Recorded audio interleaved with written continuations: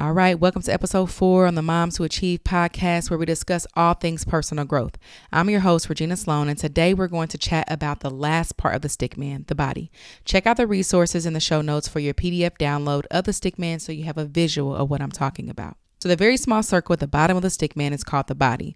This is where all the magic is seen. Up until now, we've discussed concepts that you are unable to see on a physical plane, but this is where the action and results come in.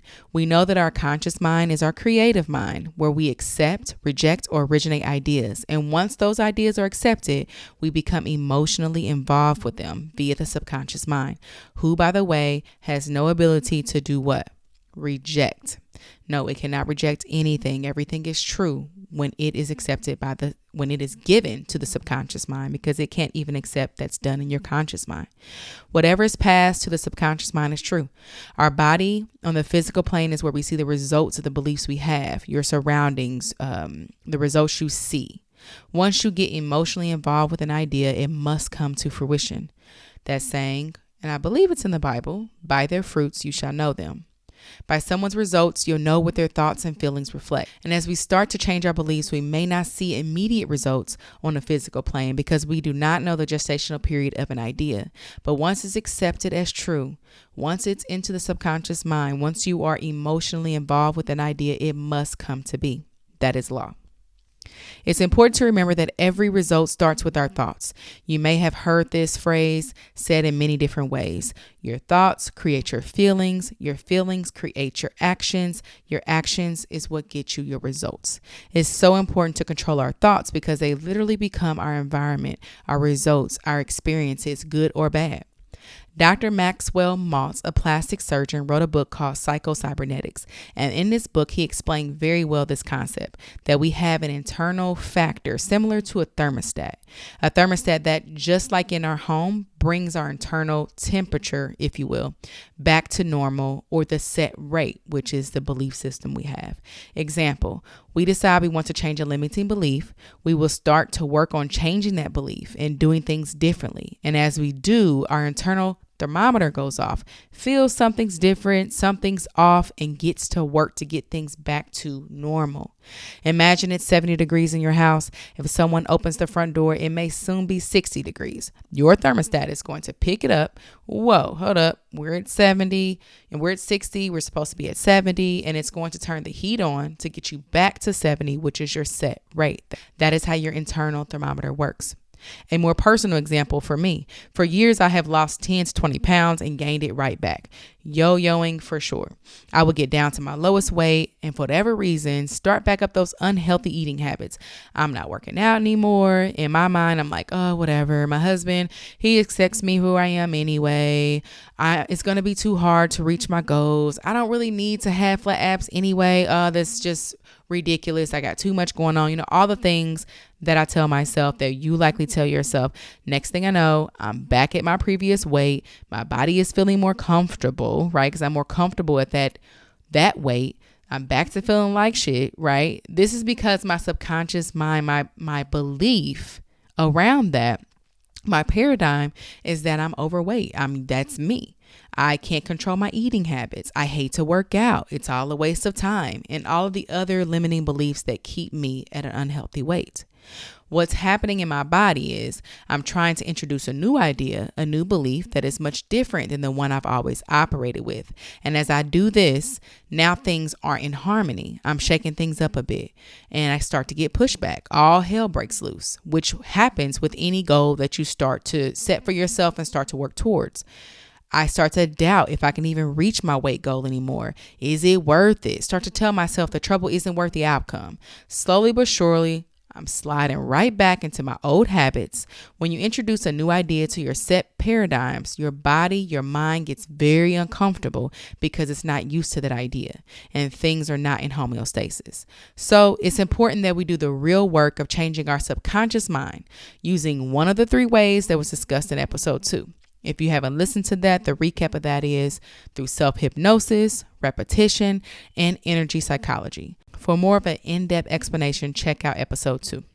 So if we want to change our results, if we want things to be different, obviously we have to start with our thoughts, those thoughts that we have accepted to be true, those thoughts that we may have not known that we accept it, but have come into our subconscious mind, or maybe it happened as a child. Maybe these are thoughts that come from childhood and you've not yet addressed them. Whatever the case may be, if you have thoughts that you no longer agree with, that no longer serve you, those are still your paradigms, your beliefs, and they are directly related to the results you get. So, of course, you're a mom who's achieving and you want to change those. I suggest you pick one that you know very well it is not serving you. It's no longer in your corner. Maybe it was something that kept you safe at one time. Maybe it was something that served at one time, but it no longer is. Think of that belief that you want to change, and then be very clear on what your new belief should be. You cannot get rid of something without replacing it with something. You will always replace it with something else unhealthy. You have to have a new healthy belief that does serve you. And I just wrote down 3 key points that I want you to keep in mind as you are working to change this limiting belief.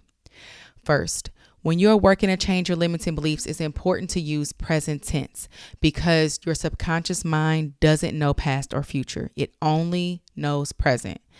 So if I'm saying I want to lose 50 pounds over and over again, I will always want to lose 50 pounds. But I am 50 pounds lighter, or I weigh 180 pounds and I have a healthy relationship with food. Those are very specific present tense statements that I want to become my new belief system, my new belief. It makes it much different. In order to do something, you must first be something. We've been taught that we wish and hope for until it becomes. But whatever type of person you want to be, whatever goals you have, start walking, talking, and behaving like you already have that, like you are already that person. This is very important as we work with the laws, as we work with our minds, as we work with the subconscious mind. John Canary is the one who said that statement. In order to do something, you must first be something. So be the person that is 180 pounds, that has a very healthy diet, that has a healthy relationship with food. Be the person that saves money, that doesn't spend their last, that doesn't frivolously go shopping. And whatever your limiting belief that you want to change, what you want to believe, you want to be that person. Start right now. Second pro tip, you will only attract what you're in vibration with. We all know, law of attraction, just think it, and it'll come to you. But this is why you can scream all day long, I will be rich. But if you have a poor mindset, you will not. You won't attract riches. You'll continue to attract poverty. While repeating these affirmations and getting into vibration with your goals, be emotionally involved with the idea. Emotions are where the change happens. This is our subconscious mind in communication with infinite source. So what's really important here for you to understand is that you can read all day long the affirmations, you can watch all of the videos, but until you start to change, which literally means until you start to create, so originate or accept ideas that will put you in vibration with what it is that you want, you will always be in your current state. You only attract what you are in vibration with. And that is why it's really important to continue to listen to these podcasts or the books that you're reading about this over and over and over again, because your first time hearing it, you're on a certain vibration. You're on a certain frequency. The second time you hear it, you've already elevated. And so you hear something different because your first time hearing it, there are thoughts and points and even messages from the ether, from source, that you won't be able to hear, obtain, or even process because you're not on that vibration. So every time I listen to something again and again and again, I get something new every time. Why? Because I am on a different vibration. The third pro tip is, once you understand that your goal must be in present tense and that you must be emotionally involved with that idea, behaving as if you already have it, your higher faculty, the will, is what will see you through to the finish line. Use your will to stay with the idea and the results will come.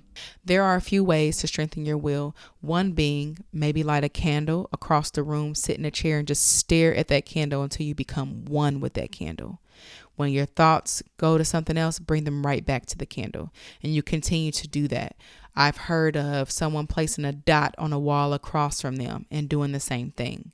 You want to strengthen your will because you already know, you've been warned that once you start trying to introduce a new idea that better serves you, all hell will break loose. It will be very difficult. Paradigms are not created overnight, and they're not changed overnight either. It was very easy for your belief systems to be created as a child because you did not have the ability to reject them. Now, as an adult, your body is used to what it's used to. Your mind, your subconscious mind, you have these limiting beliefs that never want to change.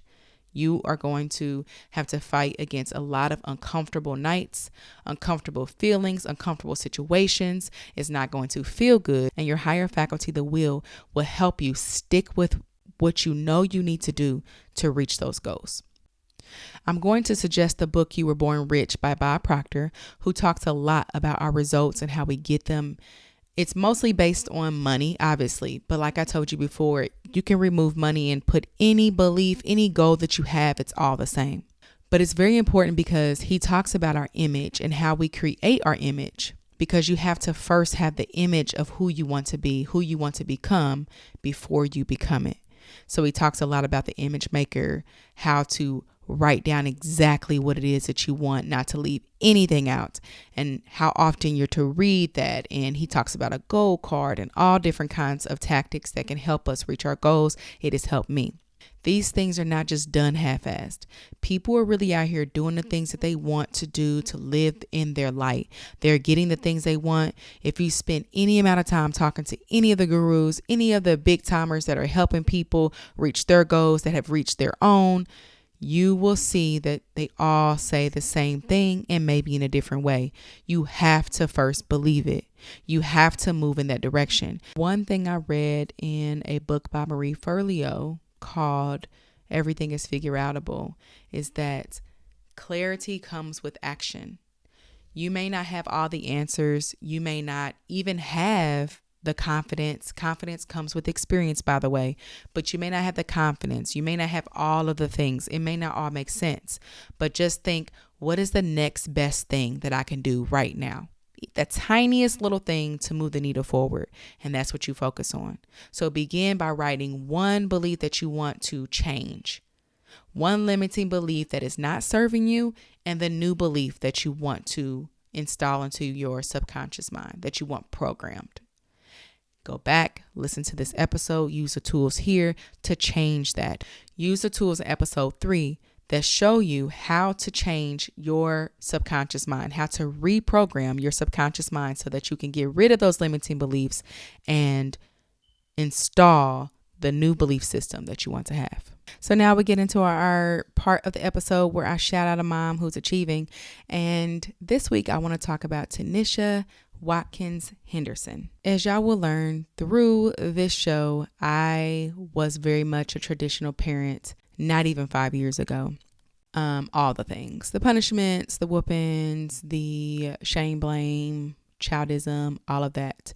And I'll share that because it's obviously too much to go in right now. But I want to shout out Tanisha because this is the woman who helped me and continues to help me on my journey from transitioning from traditional parenting to conscious parenting. I found her through her Facebook group. And I've been working with her since August of 2021. So it's been well over a year now. And this woman loves what she does. Let me back up and say, first, she is a conscious parenting coach. Her business is called Kid Advice. She does one-on-one coaching sessions with adults and their teens. She can do both. She hosts community meetups on Facebook where she teaches something very important. And then there's that community aspect of discussion, Q&A. As I've said, I've been working with her for over a year now, so I can attest personally that she knows her stuff. And what I love about her, I've come across many conscious parenting coaches. several different groups. But what I can say about Tanisha is that she is a conscious person.